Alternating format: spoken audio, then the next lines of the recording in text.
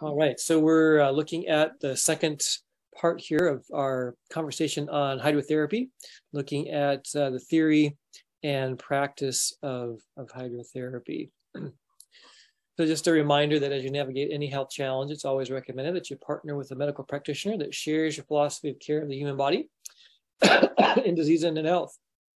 And that the information shared here is just another tool in the toolbox. And has often been used successfully by others. And but you always need to investigate any protocol or treatment for yourself and just not blindly accepting it as something to do because someone says so.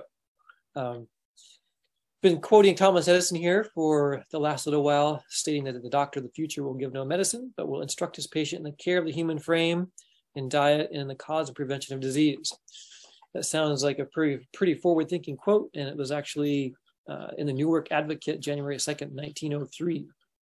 So that was a very long time ago. However, preceding that, we have some counsel in 1885 that there are many ways of practicing the healing art, but there's only one way that heaven approves.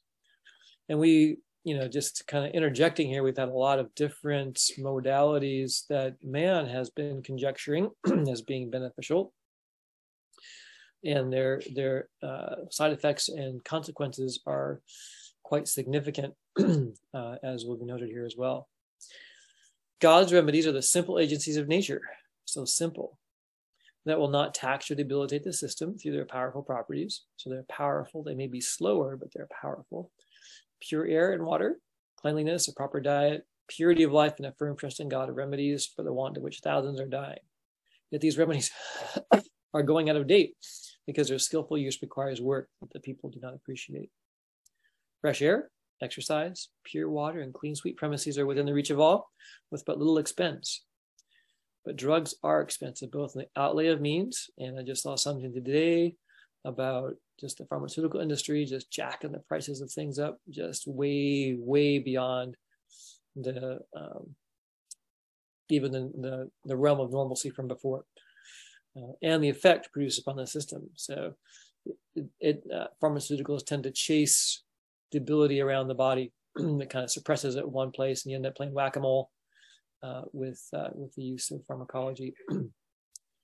3 John 1 verse 2 says, "Beloved, I pray that you may prosper in all things and be in health, just as your soul prospers." And in Romans 12, 1 and 2, Paul says, "I beseech you therefore, brethren, by the mercies of God, that you present your bodies a living sacrifice, holy, acceptable to God, which is your reasonable service. And do not be conformed to this world, but be transformed by the renewing of your mind, that you may prove what is that good and acceptable and perfect will of God." So we're kind of looking at some different hydrotherapy principles and cautions here as we continue from our presentation last week. And number 15 is if you're intending to suppress or prevent a circulatory reaction, that's essentially what is, you're having a reaction if you're deriving blood from the surface to the core or bringing it from the core to the surface with the application of heat or cold. That's a reaction. So a brief heat application can follow a prolonged cold application. So if you're icing something to reduce inflammation, at the end of that icing, if you warm it up, that can help to get the desired result. So one thing to keep in mind is that the elderly and infants don't tolerate cold treatments very well because they don't thermal regulate to the same extent that a younger person does. So some people chill very easily. So there's some protocols or procedures that you can use to help have an effective cold treatment and still keep the person warm.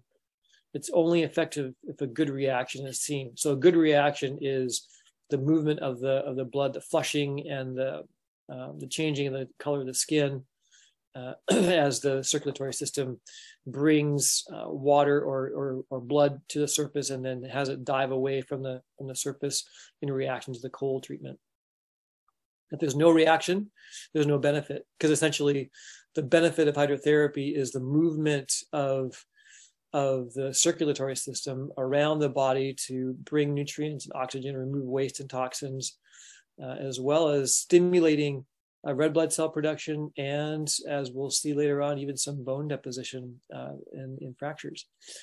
So if you're not getting a reaction, there's no benefit to having done it. So you do need to have that reaction. So mild heat alone can benefit some individuals, especially in things like anemia, emaciation, someone who's just like really, really lean because they have had a lack of food. Asthenia and thinness, extreme thinness can benefit from that. So one thing that you can do for the elderly and infants is warm them up prior to a cold treatment, so they're nice and cozy, and then do the cold treatment. And sometimes they'll even warm their feet while they're doing cold treatment on a different part of the body to keep a chill from coming on. So before applying cold, be sure the body is warm. So overall, the body is warm. So for example, a contrast shower. You get in the shower the first thing in the morning, you don't start off with a cold shower. You start off with a warm shower. You get your body nice and warm, you're cozy, and then you do your contrast shower, and do that for 3 cycles. So there's some ways to warm the body. Friction. So just rub down with just hands or with a towel, a rough towel. Exercise. So just taking a walk on the treadmill or outside, up and down the steps a few times. Percussion. So that's just simply doing a light paddle on the back or on the limb or the area to be affected. It can help. The percussion is just the tapping of the skin, and that can happen in a shower actually with water or with your hands. And then do that warm treatment initially to have them the person feeling comfortable and warm. Then do the cold treatment. So a warm patient responds or reacts best to the cold treatment. So always start them warm. Don't start cold treatments on a cold person. So the cold is applied briefly, 30 seconds or so, and then re-warmed.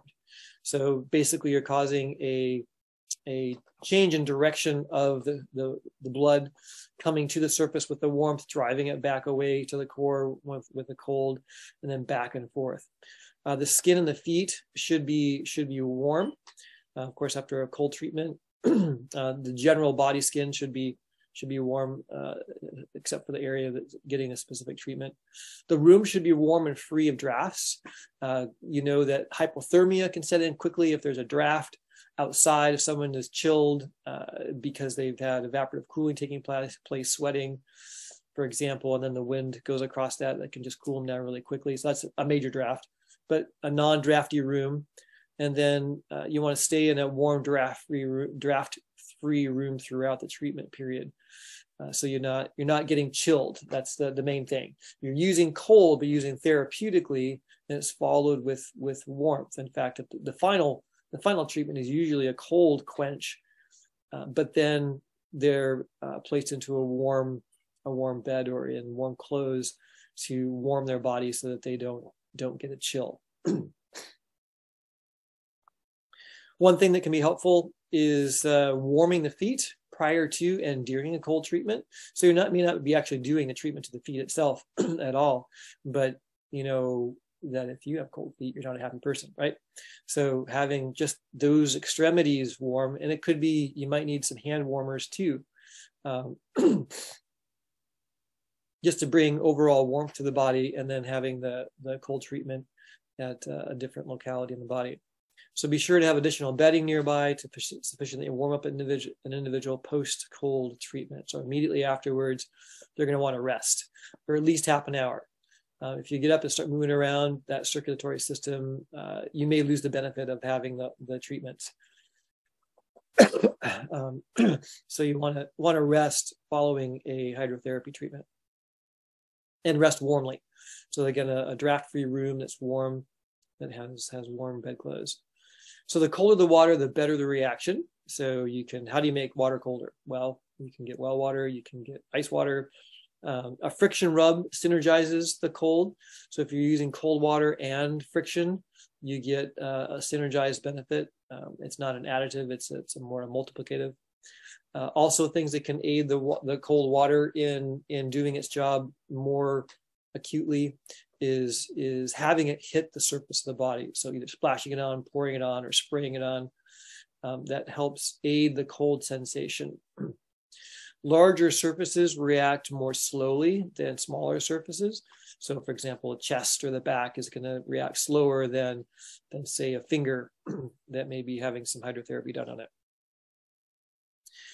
So using hot and cold simultaneously aids the reaction. So when I say simultaneously, it's that warm water bottle to the feet of the hands, and then you're doing your cold treatment, your hot and cold treatment in a different location of the body as needed. So this kit here is using percussion from spraying of water onto the body. So you can do that in the shower. There are different treatments that we'll look at later on where they actually blast the person's back with a hose. And that's percussion and coldness. One thing to keep in mind as I was looking for a picture that would show this, a hose that's been outside, like our hose reel outside, is jet black, and it can really absorb the heat, and that water can get very, very hot. I have to be careful when I go to water plants that I let the water run through, because it can scald them, and if it scalds plant, it can also scald you. So you don't want to burn somebody, yourself, accidentally with a hose that has picked up a lot of heat from a hot day.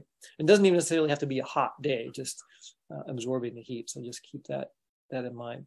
But keeping the feet warm again during cold treatment in another part of the body can help the overall reaction. And again, the reaction is just the movement of blood that may have become congested. Congested just means that just like on a freeway that's congested, the traffic's not moving. And the congested body area, the blood's not moving through it at its normal pace. And there's lots of different things that can lead to congestion: inactivity, atherosclerosis or arterial clogging, even thrombotic situations. We're seeing a lot of that in conjunction with after injection with the gene therapies that are going around, resulting in blood clotting that can essentially cause congestion. So cold treatments should be given quickly. So be efficient and have your things in order so that you can do it in an efficient manner. So not rushed, but just even and with brevity. So dry the skin immediately after the treatment. You can use a rough towel to increase the friction. So your final treatment again is cold, but then do a dry down. That light percussion on the skin can also help the reaction, the final quenching reaction. Moisture left on the skin can delay the reaction. So that evaporative cooling that takes place can reduce the effectiveness of the reaction. So again, the friction and the percussion both can kind of intensify or synergize the final reaction. So keep the individual in a warm, draft-free room. We talked about that. And having warm, dry clothes ready and a warm bed ready to rest for 30 to 40 minutes following the treatment. So keep it in kind of a cozy location. So if you get chilled post-cold treatment, it can essentially undo all the benefits that you've had. So be sure to stay warm following that cold treatment. You don't want to get chilled. So just keep that in mind. So prolonged cold has disadvantages. Prolonged hot can have disadvantages, but alternating back and forth, we have a red and a blue bucket here, just indicating the two different temperatures of water as individuals working on their foot. But cold following heat reduces congestion. And essentially what that means is it speeds up blood flow. So it's the cold drives it away from the surface, then causes vasoconstriction, vasodilation with the warmth, bringing the water or the blood from the other parts of the body. So because it's an extremity in this case, it's going to be drawing blood from the thigh and ultimately from the core of the body. So heat overcomes the oppressive nature of cold. So cold, in lab, we used to do a demonstration of the diving reflex. So we would take a lab student, we'd measure their heart rate, their pulse, and then their lab partner would continue monitoring their pulse as they put their face into an ice a pan of ice water, and there would be a marked depression in heart rate that follows that. It's known as the diving reflex, and that is the reflex that God placed in us that helps infants and young kids who fall through the ice save. They basically have an instant depression in their metabolism, and they can be recovered and survive a near drowning in icy water. The colder, the better. And that's a protective mechanism that we've been designed with. So the reaction also stimulates metabolism with your heat and your cold kind of working together. So increases circulation, again, helps the toxins that have been oxidized to be moved out of the area.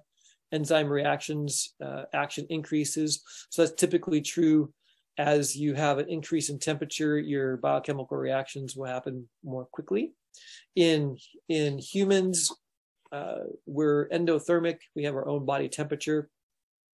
So our body reactions, as long as our temperature is normal, will continue to have their functions at a normal rate. But if we get hypothermic, our body temperature decreases significantly. We have catalysts in our body too, which are enzymes which push forward reactions.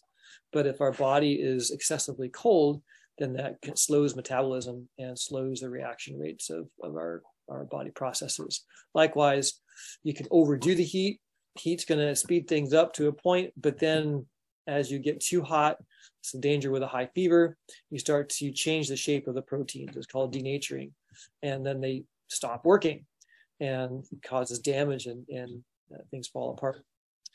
Another benefit is nerve tone improves.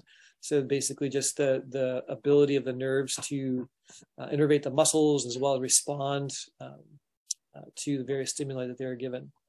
So this contrast that we have here, if this person had broken an ankle, fractured an ankle, if they did this back and forth, hot and cold alternating for 3 cycles and did that periodically throughout the day, that aids healing of bone fractures. So basically it helps improve the calcification of new bone in the area.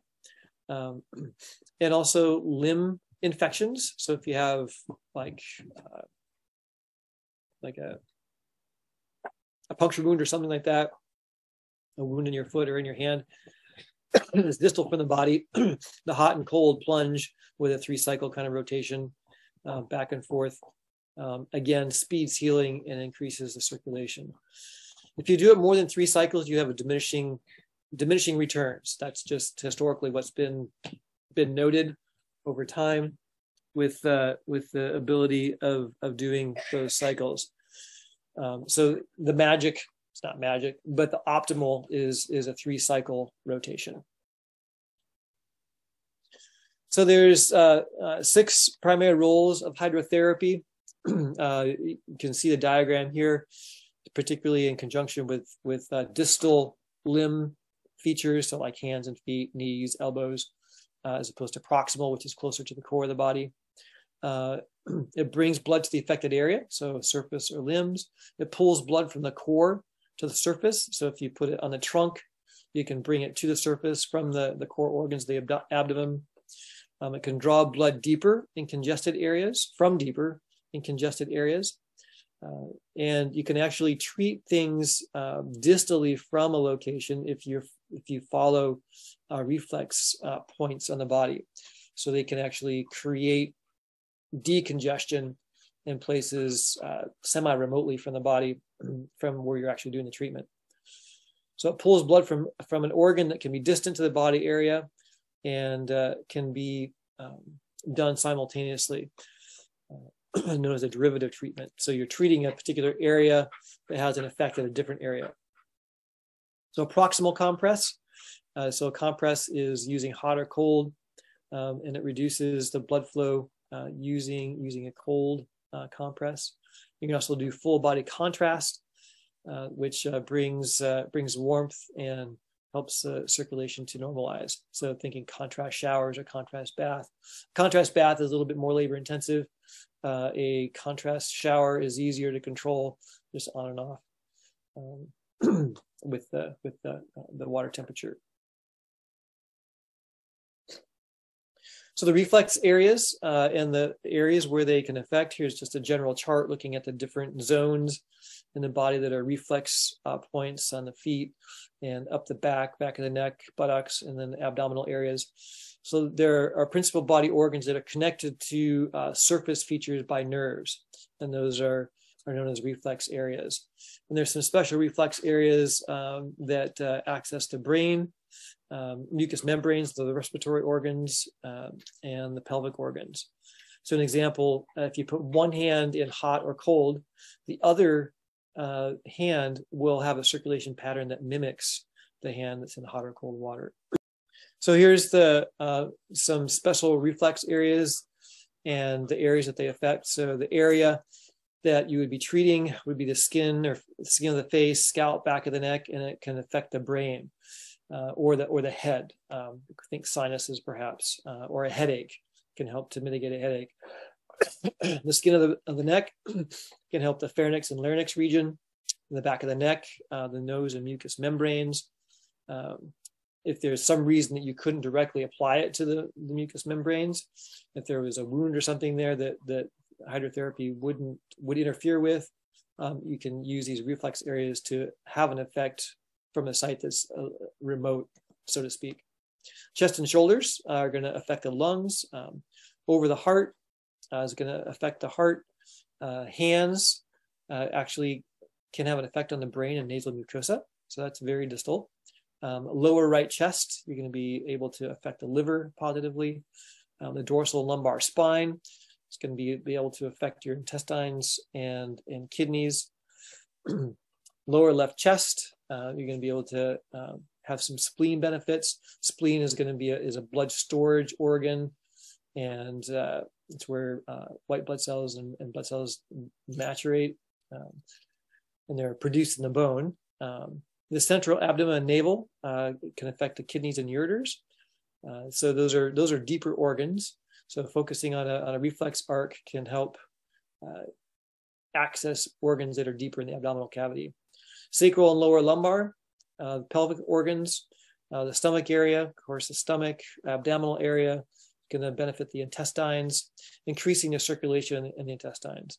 So doing a hot and cold treatment, if you have some kind of intestinal upset, can help move the blood through there and remove toxins and bring better nutrients to it. Lower abdominal or thigh, pelvic organs, a sitz bath area. So sitting in a sit bath is your kind of lower rump area, the prostate, seminal vesicles, skin of feet and legs, brain, and the lungs and the pelvic area. And the breasts are also going to help with the pelvic organs. So again, a remote application. So areas can be positively affected by hydrotherapy, treating other areas of the body and increasing circulation.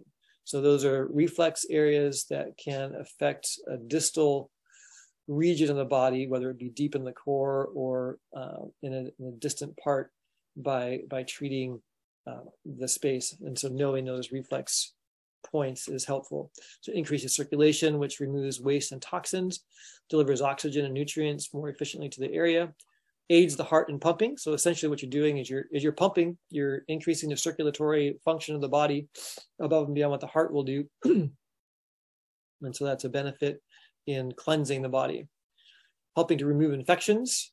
And then it may also improve fracture healing time. So doing hydrotherapy can accelerate that bone deposition process. So to review this and look at others in the series or other previous series, go to preparingforthetime of trouble.com.